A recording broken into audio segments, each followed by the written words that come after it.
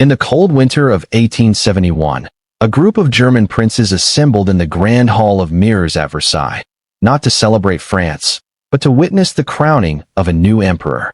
On that day, the once divided German lands of duchies and kingdoms were brought together as a single empire. Within just 50 years, this united Germany would dominate industry, upset Europe's balance of power, fight a world war, and ultimately collapse in revolution. But how could a nation divided for centuries achieve unity so swiftly? What compelled it to pursue power with such intensity? And in what ways did those ambitions reshape the modern world? To find the answer, we must return to the beginning. For centuries, what we now recognize as Germany was a patchwork of countless territories, kingdoms, duchies, bishoprics, and free cities. Even by the 1800s, though many had disappeared, the map still resembled a mosaic of rival rulers. Yet amid all this division existed a shared sense of language, culture, and heritage, a paradox of separation and unity. This fragmented identity had its roots in the gradual decline of the Holy Roman Empire, an institution that was neither truly holy nor Roman, nor a centralized empire. Once claiming the legacy of ancient Rome, it had devolved into a loose network of semi-independent states, nominally ruled by an emperor but governed by local princes. By the 18th century, it stood as a symbol of political paralysis, outdated, complicated, and incapable of functioning as a single nation. Voltaire famously remarked that the empire was neither holy nor Roman, nor an empire, a line that perfectly expressed how reformers of that era viewed it, a medieval obstacle to modern nationhood. Then came the upheavals that would destroy it, the Napoleonic Wars. Napoleon's campaigns did more than crush armies. They redrew the political map of Europe. Under French pressure, the Holy Roman Empire was dissolved in 1806. In its place, Napoleon established the Confederation of the Rhine, a coalition of German states loyal to France. Though short-lived, it cleared away the remnants of medieval authority and planted the first seeds of centralization. After Napoleon's defeat, Europe's leaders gathered at the Congress of Vienna, 1815, to restore order. From that meeting emerged the German Confederation, a loose association of 39 German-speaking states intended to block future French expansion and to maintain Austrian and Prussian dominance. Austria, under the long-ruling Habsburg dynasty, remained the traditional head of the German world, conservative, multi-ethnic, and centered in Vienna. Prussia, by contrast, was a growing force in the northeast, disciplined, Protestant, and increasingly modernized. Prussia's transformation had begun under Frederick the Great during the mid-18th century. Through reforms and military success, he shaped a state defined by efficiency, order, and strength. By the early 1800s, Prussia had come to symbolize precision and progress, a small kingdom with ambitions beyond its size. The rivalry between Austria and Prussia dominated German politics throughout the 19th century. Each sought leadership but envisioned unity differently. Austria preferred a vast, multicultural empire governed from Vienna, while Prussia desired a compact, German-speaking nation under its own authority. As the Industrial Revolution advanced across Europe, economic power began to shift toward Prussia. In 1834, it created the Zollverein, a customs union that removed tariffs between most German states while deliberately excluding Austria. More than just an economic measure, this network quietly tied the smaller states to Prussian influence. Austria retained political prestige but lost economic ground, a crucial change that paved the way for unification under Prussian control. Then came 1848, the year of revolutions that shook Europe. Everywhere, crowds demanded liberty, constitutions, and national unity. Across the German states, students, workers, and reformers dreamed of one democratic Germany. Representatives convened in Frankfurt to draft a constitution for a unified nation. They even offered the imperial crown to King Frederick William IV of Prussia, but he declined, saying he would not accept a crown from the gutter. He would take it only from kings, not from the people. With that refusal, the liberal movement collapsed. Austria regained control, and the old order reemerged. Yet the idea of unity could not be undone. It had moved from a dream to an expectation. Then appeared the man destined to make that expectation reality, Otto von Bismarck. A Prussian nobleman and realist, Bismarck became prime minister in 1862. He declared that the great issues of the age would be decided not by speeches or resolutions, but by iron and blood. His goal was neither liberal nor democratic, but purely pragmatic. Germany must unite under Prussia, through strength if needed. Working alongside King Wilhelm I, Bismarck sought to drive Austria out of German affairs and bring the remaining states under Prussian leadership. The first move came in 1864, when Prussia and Austria jointly waged war against Denmark over the duchies of Schleswig and Holstein. The quick victory created tension between the Allies over administration of the conquered lands. Bismarck exploited those disputes skillfully until conflict became unavoidable. In 1866, Prussia struck. The Austro-Prussian War, known as the 7 Weeks' War, ended in a decisive Prussian triumph at Königgrätz. Austria was expelled from German politics altogether. Bismarck then dissolved the old confederation and replaced it with the North German Confederation, firmly under Prussian command. Austria was excluded. Prussia now stood as the undisputed leader of northern Germany. Only the southern kingdoms, Bavaria, Württemberg, and Baden, remained outside. But Bismarck understood that another carefully chosen war could bring them in. Germany's fate was no longer a matter of if, but when. After removing Austria from the German sphere, only one obstacle remained between Prussia and complete unification, France. To the French Emperor, Napoleon III, a powerful and united Germany on his eastern border seemed intolerable. Since the days of Napoleon Bonaparte, France had considered itself the master of continental Europe. But now, Bismarck's Prussia threatened that position. Bismarck realized that only a conflict with France could unite the hesitant southern states with the north. He did not desire war for glory. He sought it as a means to an end.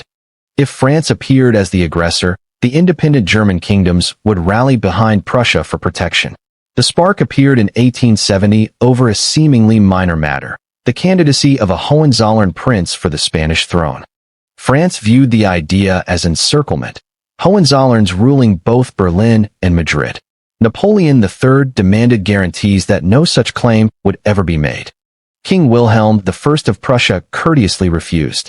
Bismarck then edited the king's diplomatic telegram from EMS, the famous EMS dispatch, to make it sound as though France had been insulted and Prussia humiliated. When the text appeared in newspapers, outrage swept through Paris. Napoleon III declared war on Prussia on July 19, 1870. The plan worked exactly as Bismarck intended. Instantly, the southern German states, Bavaria, Württemberg, Baden, and Hesse, joined the Northern Confederation. For the first time, German troops fought side by side under one command. The Franco-Prussian War unfolded with astonishing speed. Prussia's army, guided by General Helmuth von Moltke, used modern railways for rapid mobilization and employed superior organization and artillery. At Sedan in early September, the French army was surrounded and crushed. Napoleon III himself was taken prisoner along with more than 100,000 soldiers. The French Empire collapsed almost overnight. Paris refused to surrender and proclaimed a republic, but Prussian forces advanced, laying siege to the city through the bitter winter of 1870-71. Hunger and bombardment finally forced capitulation. Peace was signed in May 1871 at Frankfurt, on Bismarck's terms. France ceded Alsace and Lorraine, rich in iron and coal, to Germany, and paid enormous reparations. For Germany, the victory was total. For France, it was humiliation and the seed of lasting resentment. Then, on January 18, 1871, within the Hall of Mirrors at Versailles, the very heart of French pride, the princes of Germany gathered. Amid banners and ceremony, King Wilhelm I of Prussia was proclaimed German Emperor, Kaiser. Trumpets sounded, soldiers cheered, and tears filled Bismarck's eyes. After centuries of division, the German nation was born, not through revolution or debate, but through iron and blood. The newly created empire united 25 states beneath Prussian leadership. Its constitution granted universal male suffrage for the Reichstag, yet real power lay with the Kaiser and his chancellor. Prussia retained dominance, The imperial capital was established in Berlin. The empire's rapid victory changed Europe's balance of power. A strong, industrial Germany now stood at the continent's center, prosperous, disciplined, and self-confident. But behind the triumph, Bismarck knew victory brought danger, envy abroad and division at home. Unification had been achieved. Preservation would be the greater test. The new German Empire, proclaimed in 1871, was both modern and traditional, a blend of progressive institutions and monarchic power. Its constitution, crafted largely by Bismarck, aimed to unify the nation without weakening Prussia's dominance. At its top stood Kaiser Wilhelm I, the emperor, who commanded the army and navy, conducted foreign policy, and appointed the chancellor. Below him sat Otto von Bismarck, the first imperial chancellor, who also served as the primary architect of the new political system. The Reichstag, or imperial parliament, was elected by universal male suffrage, a symbol of democratic participation, but its authority was limited. It could pass or reject laws and budgets, yet it could not remove the chancellor or directly control the government. Power truly rested with the Bundesrat, the federal council, composed of representatives from the individual German states. Here again, Prussia held decisive influence, controlling almost two-thirds of the council's votes. In effect, the empire functioned as an enlarged Prussian kingdom, constitutional in appearance, authoritarian in practice. This arrangement reflected Bismarck's vision, a strong central state guided by a loyal monarch, supported by efficient bureaucracy and military discipline. The empire would be modern in its industry and economy, but conservative in its political spirit. Bismarck, a master of compromise, balanced competing forces within the empire. He knew that unity achieved by force required careful maintenance and peace. Each region brought its own traditions: Catholic Bavaria, Protestant Prussia, industrial Rhineland, and rural East Prussia. Binding these varied identities together would become his greatest domestic challenge. Economically, the empire thrived. Germany entered an age of rapid industrial expansion. Railways connected cities, coal and steel production surged, new industries, chemicals, engineering, electricity, flourished. By the 1880s, Germany rivaled Britain as the leading industrial power of Europe. Urbanization transformed society. Millions left villages for factories and mines. A new working class emerged, while the middle class grew stronger through trade, science, while education. Cities like Berlin, Hamburg, and Essen symbolized modern progress. Yet with progress came tension.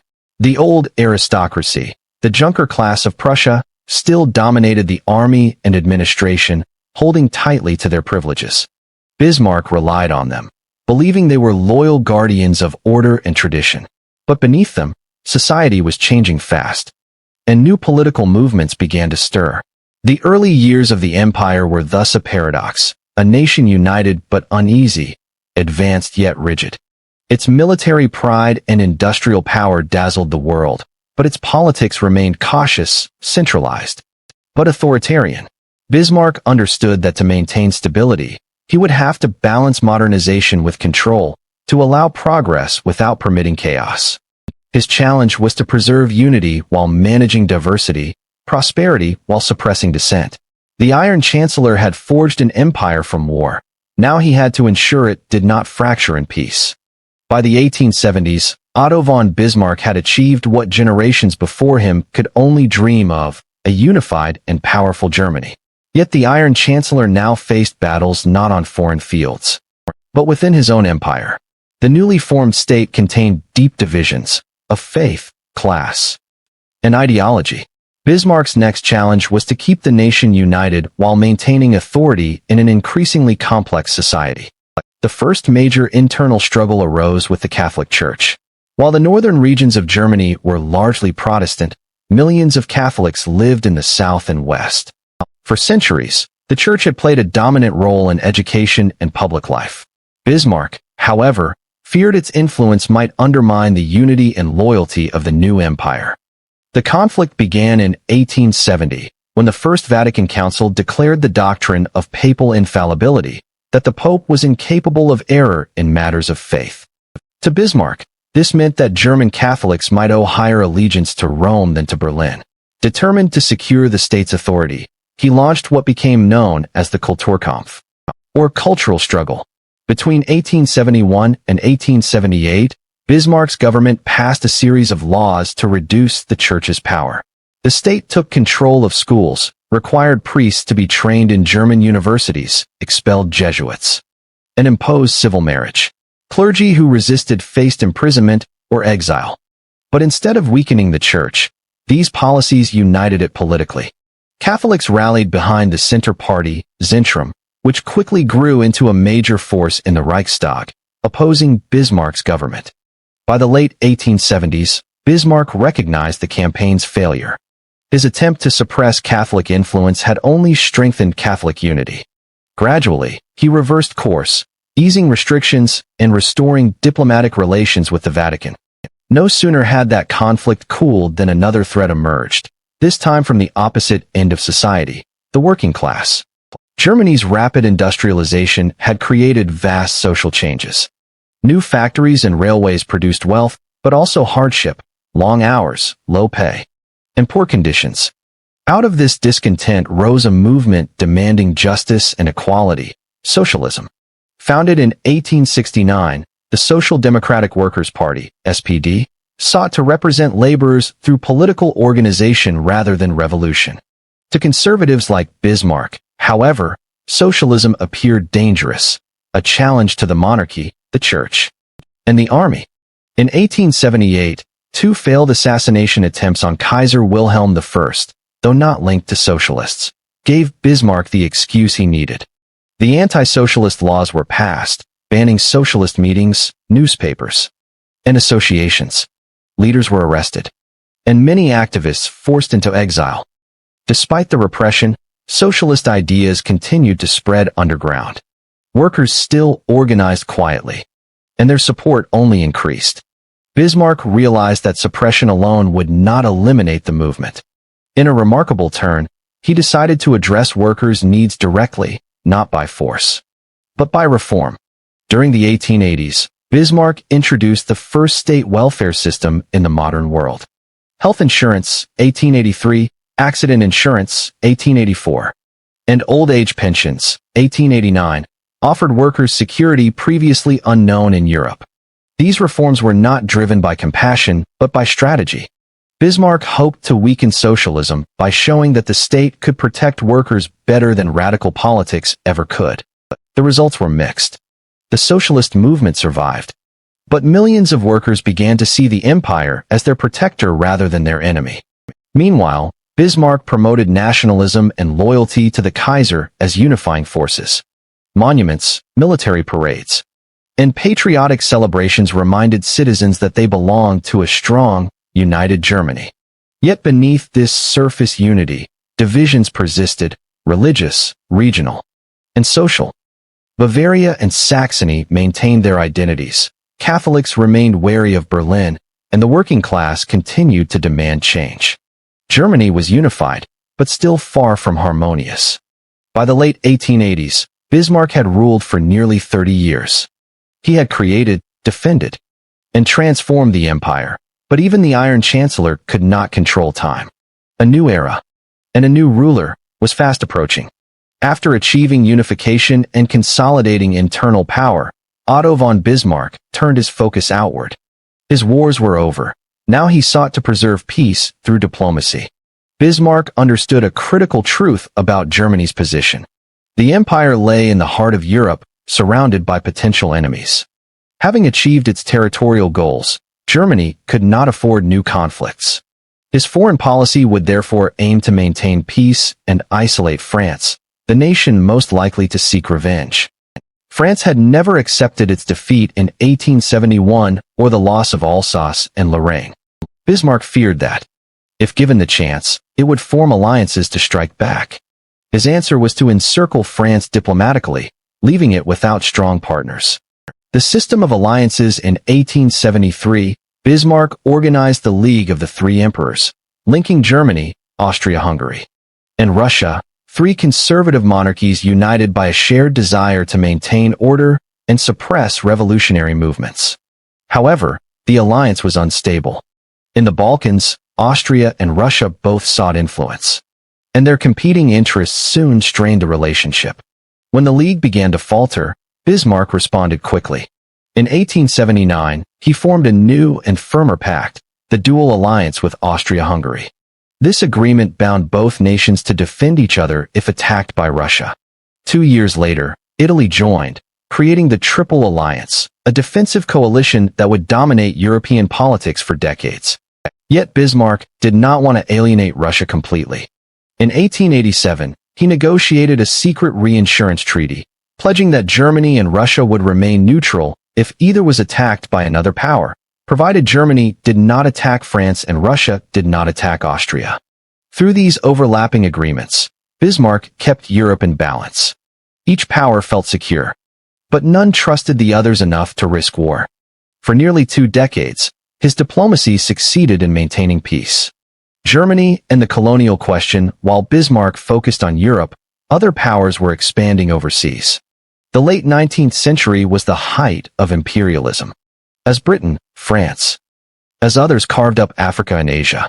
Initially skeptical of colonies, Bismarck eventually joined the movement for strategic reasons. Germany acquired territories in Africa, including Togo, Cameroon, German Southwest Africa, and German East Africa, as well as islands in the Pacific. At the Berlin Conference of 1884-85, he acted as mediator among the European powers, dividing Africa into spheres of influence.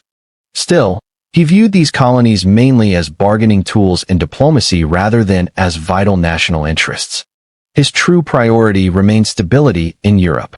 Under Bismarck, Germany avoided confrontation with Britain and maintained cautious relations with France and Russia. His guiding principle was to keep peace through balance, to make Germany indispensable but never threatening. Struggles at home despite his success abroad, Bismarck faced growing political challenges inside the empire. The Reichstag had gained confidence and independence, and new parties, liberals, Catholics, and socialists, increasingly opposed his policies. Whenever he lacked parliamentary support, Bismarck used manipulation, propaganda, or fresh elections to maintain control. He viewed politics as a chessboard, each move calculated to protect the monarchy and his authority. By the 1880s, however, even Bismarck's influence was beginning to fade.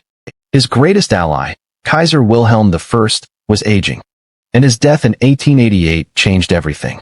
That year became known as the Year of the Three Emperors. Wilhelm I died in March, succeeded by his son Frederick III, a liberal-minded monarch who admired British constitutional ideas. Gravely ill with cancer, Frederick ruled for only 99 days before passing away. His successor was Wilhelm II, a young and ambitious ruler who would soon challenge everything Bismarck had built. The conflict between Kaiser and Chancellor from the outset. Wilhelm II admired Bismarck's achievements, but resented his control. The new Kaiser wanted personal authority and a more dynamic, assertive foreign policy. He saw himself as the driving force of Germany's destiny. Their disagreements deepened quickly. Bismarck wanted to renew the harsh anti-socialist laws, while Wilhelm favored a softer approach to gain workers' support. The Kaiser wanted direct power over ministers. Bismarck refused. Tensions escalated until March 1890, when Wilhelm demanded Bismarck's resignation. Officially, the Iron Chancellor retired, but in truth, he had been dismissed. After nearly 3 decades of dominance, Bismarck withdrew from politics. From his estate at Friedrichsruh, he watched as his creation began to take a new and uncertain path. Legacy of the Iron Chancellor through diplomacy and discipline, Bismarck had secured Germany's place at the heart of Europe. He had prevented wars, balanced rival powers, and turned a fragile new state into a respected empire. Yet his system relied entirely on his own skill and authority. Without him, the balance he maintained began to unravel. The Iron Chancellor's departure marked the end of one era and the beginning of another, an age driven less by calculation and more by ambition. With Otto von Bismarck's departure in 1890, Germany entered a new period under Kaiser Wilhelm II, one marked by ambition, energy, and impulsive leadership. The young emperor sought not only to guide the empire, but to shape it according to his own will. At 29, Wilhelm was intelligent, confident, and restless. Behind his outward assurance, however, lay deep insecurity. Born with a disabled left arm, he compensated with displays of authority and grand declarations. He saw himself as a modern monarch destined to lead Germany to greatness. Unlike Bismarck, who preferred caution and balance, Wilhelm believed in bold gestures. He envisioned Germany as a global power and was determined to make it so through a policy known as Weltpolitik, world policy. The new direction Weltpolitik aimed to expand Germany's influence beyond Europe through colonies, trade, and naval power. The Kaiser and his advisors wanted to secure overseas possessions, markets for industry, and a place among the world's leading empires. Germany's industrial base made such ambitions seem achievable. By the 1890s, the empire had become one of the world's foremost industrial powers. Its production of coal, steel, and machinery rivaled that of Britain. New technologies, electricity, chemicals, and engineering flourished, transforming Germany into an industrial giant. But with this new strength came an equally strong desire for recognition. Wilhelm often declared that Germany must have its place in the sun, demanding the prestige that older powers like Britain and France already enjoyed. The naval expansion central to this vision was a powerful navy. Wilhelm admired the British Royal Navy, viewing it as the foundation of Britain's global dominance. He set out to build a fleet that could match it. In 1898 and 1900, Germany passed two major navy laws under the direction of Admiral Alfred von Tirpitz, authorizing the construction of a large battle fleet. Shipyards along the North Sea began producing modern warships, cruisers, battleships, and dreadnoughts, symbols of national pride and ambition. Britain, long the undisputed naval power, interpreted this expansion as a direct challenge. The two nations entered into a naval arms race, each seeking to outbuild the other. What began as Germany's quest for prestige turned into a source of growing international tension. The once cordial relations between Berlin and London deteriorated rapidly. Britain, fearing for its maritime security, began to look for allies, ending its policy of isolation. The shifting alliances Wilhelm II's approach to diplomacy lacked Bismarck's subtlety. One of his first major mistakes was his decision not to renew the reinsurance treaty with Russia in 1890, believing personal friendship with the Russian Tsar would suffice. The result was disastrous. Alienated by Germany, Russia turned to France, signing a formal military alliance in 1894. The partnership gave France the ally it had long sought and forced Germany to prepare for the possibility of a two-front war. Meanwhile, Britain, alarmed by German naval policy and colonial ambitions, moved closer to its former rivals. It concluded agreements with France, Entente Cordiale, 1904, and with Russia, Anglo-Russian Convention, 1907. Together with earlier ties, these arrangements formed the Triple Entente. By the early 20th century, Europe was divided into two opposing blocs, the Triple Alliance, Germany, Austria-Hungary, and Italy. The Triple Entente, France, Russia, and Britain. Bismarck's delicate balance had vanished, replaced by a rigid structure of alliances that left little room for diplomacy. Crises and misjudgments Wilhelm II's aggressive style of leadership often deepened Germany's isolation. In 1896, he angered Britain by sending the Kruger telegram, congratulating the Boer Republic for resisting British forces in South Africa. In 1905, during the First Moroccan Crisis, he visited Tangier to support Moroccan independence and challenge French influence. The move backfired, strengthening ties between Britain and France. A second Moroccan crisis in 1911, when Germany sent a gunboat to Agadir, further increased distrust. These missteps, combined with the naval race and the empire's growing military posture, gave Germany the image of an unpredictable and expansionist power. At home, Wilhelm's rule was equally troubled. The rapid growth of the Social Democratic Party, SPD, made it the largest political movement in the country. Although Wilhelm despised socialism, his government could not suppress it. Industrial progress continued, cities expanded, and the middle class flourished. And political reform lagged behind. The empire remained an authoritarian state ruled by the Kaiser, the military, and the conservative elite. A rising storm by the early 1900s, Germany appeared to be at the height of its power, rich, industrial, and confident. Yet beneath that strength lay unease. The alliances, arms races, and rivalries that Wilhelm's policies had encouraged made Europe increasingly unstable. The balance that Bismarck had so carefully preserved was gone. Now, one mistake, one spark, could set the continent ablaze. The stage was set for conflict. As the 20th century began, Europe appeared prosperous and secure. Cities grew, science advanced, and industry flourished. But behind this surface of peace lay mounting tension. And Germany stood at the center of it all. The empire surrounded under Kaiser Wilhelm II, Germany had become an industrial and military powerhouse. Yet its very strength created fear among other nations. With France to the west seeking revenge for its defeat in 1871, Russia to the east expanding its influence, and Britain alarmed by the naval race, Germany now found itself encircled by potential enemies. The careful diplomacy that Bismarck once used to balance these rivalries had disappeared. Wilhelm's ambition and impulsive style had replaced subtle strategy with open competition. Germany demanded recognition as a great power, but its rise had made nearly every neighbor uneasy. Wilhelm declared that Germany must have its rightful place in the sun. Yet, in striving for that place, the empire cast long shadows across Europe.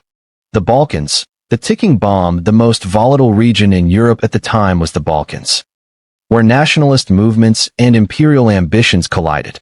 The Austro-Hungarian Empire, Germany's ally, ruled a diverse collection of peoples, Germans, Hungarians, Slavs, and others, many of whom sought self-rule. To the south, the small kingdom of Serbia aimed to unite all Slavic peoples under its leadership, with Russia backing its cause as the defender of Slavs everywhere. In 1908, Austria-Hungary annexed Bosnia and Herzegovina, angering Serbia and humiliating Russia, which was still recovering from defeat in the Russo-Japanese War. Germany supported Austria completely, promising unconditional backing, a signal that Berlin would stand by Vienna in any conflict. This growing alliance system made local disputes dangerous. Any spark in the Balkans could ignite a wider European war. Diplomatic crises and the arms race the years that followed were marked by repeated crises. In 1905, the First Moroccan Crisis brought Germany into confrontation with France and Britain. In 1911, the Second Moroccan Crisis, triggered by Germany's gunboat in Agadir, deepened the hostility between the powers. In 1912 and 1913, the Balkan Wars redrew the map of southeastern Europe, strengthening Serbia and further weakening the Ottoman Empire. Each confrontation ended short of war, but every one increased mistrust. Europe's powers responded by expanding their armies and navies. From 1900 to 1914, military budgets soared. Germany built up its army and fleet, while France and Russia did the same. The great powers prepared for war even as they claimed to want peace. New technologies, machine guns, heavy artillery, and dreadnoughts promised unprecedented destruction. Railways were designed for mobilization, not commerce. Strategic war plans, like Germany's Schlieffen Plan, envisioned rapid offensives that left no room for negotiation once the fighting began. The continent had become a tightly wound mechanism. Once set in motion, it could not easily be stopped. The Sarajevo assassination. The spark came on June 28, 1914, in Sarajevo, the capital of Bosnia. The heir to the Austro-Hungarian throne, Archduke Franz Ferdinand, and his wife, Sophie, were shot and killed by Gavrilo Princip, a young Serbian nationalist linked to the secret group known as the Black Hand. The assassination shocked Europe, but it also set into motion the alliance machinery that had been building for years. Austria-Hungary blamed Serbia and, with Germany's full support, issued harsh demands. Serbia, backed by Russia, resisted. Within days, mobilizations began. The descent into war. Diplomats tried desperately to contain the crisis, but events moved too quickly. Austria-Hungary declared war on Serbia on July 28, 1914. Russia mobilized in defense of Serbia. Germany declared war on Russia on August 1, and on France 2 days later. When German troops crossed Belgium, violating its neutrality, Britain declared war on Germany. In less than a week, Europe was at war, a conflict none of the powers had truly wanted but none could avoid.